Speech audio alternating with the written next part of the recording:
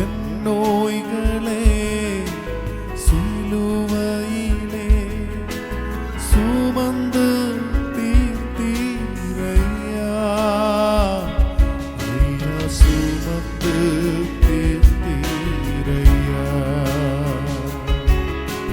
വിണ്ണപ്പത്തെ കേட்பவரே,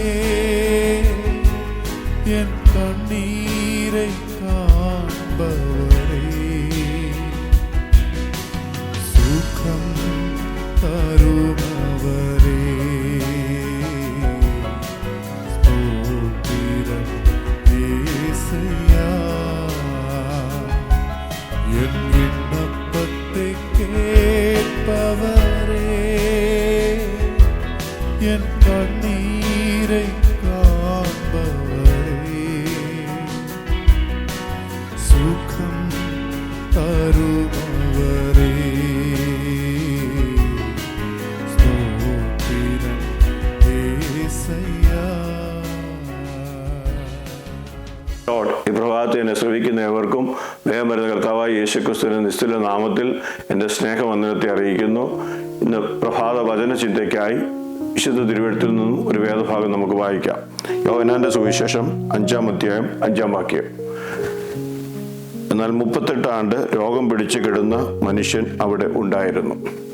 യേശു യെരുശലേമിൽ ആട്ടുവാതിൽക്കൽ ബെഥസ്ദ എന്ന എബ്രായ പേരുള്ള ഒരു കുളത്തിനരികിലേക്ക് ചെന്നപ്പോൾ അവിടെ വർഷങ്ങളായി രോഗികളായിട്ടുള്ളവർ വന്ന് കിടപ്പുണ്ടായിരുന്നു.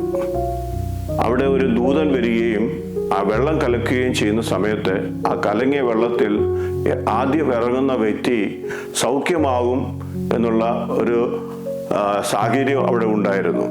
അങ്ങനെ ഈ മനുഷ്യനും അവിടെ വന്ന് സൗഖ്യത്തിനായി ദൂതന്റെ വരവും കാത്ത് വെള്ളം കലക്കുന്ന കാത്ത് അവിടെ കിടക്കുന്നുണ്ടായിരുന്നു.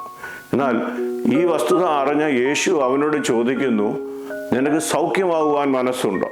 കാരണം വളരെ നാളുകളായി ഈ വിഷമത്തിലൂടെ കഷ്ടതയിലൂടെ കടന്നു പോകുന്ന മനുഷ്യനെ സഹായിപ്പാൻ ആരുമില്ല എന്നുള്ള വസ്തുത കണ്ടറിഞ്ഞ കർത്താവ് അവനോട് മനസ്സലിഞ്ഞ് അവനോട് ചോദിക്കുന്നു, നിനക്ക് സൗഖ്യമാകുവാൻ മനസ്സുണ്ടോ? എന്നാൽ അവൻ്റെ പ്രായോഗിക ബുദ്ധി അനുസരിച്ച്, അവൻ്റെ കേട്ട് അറിവ് അനുസരിച്ച് അവൻ പറയുന്നു, ദൂതൻ വരുമ്പോൾ വെള്ളം കലക്കുമ്പോൾ അതിൽ എന്നെ ഇറക്കുവാൻ എനിക്ക് ആരുമില്ലാത്തത് കൊണ്ട് ഞാൻ ഇതുവരെ സൗഖ്യമായിട്ടില്ല. അവന് സൗഖ്യമാകുവാൻ മനസ്സുണ്ട്, പക്ഷേ അവന് സൗഖ്യമാകുവാനുള്ള സാഹചര്യമില്ല എന്നാണ് അവൻ കർത്താവിനോട് പറയുന്നത്. എന്നാൽ സകലത്തിൻ്റെ ഉടയവനായ സൗഖ്യദായകനായ യേശുവിൻ്റെ മുമ്പിലാണ് അവൻ നിൽക്കുന്നതെന്നുള്ള കാര്യം അവൻ ഓർത്തില്ല.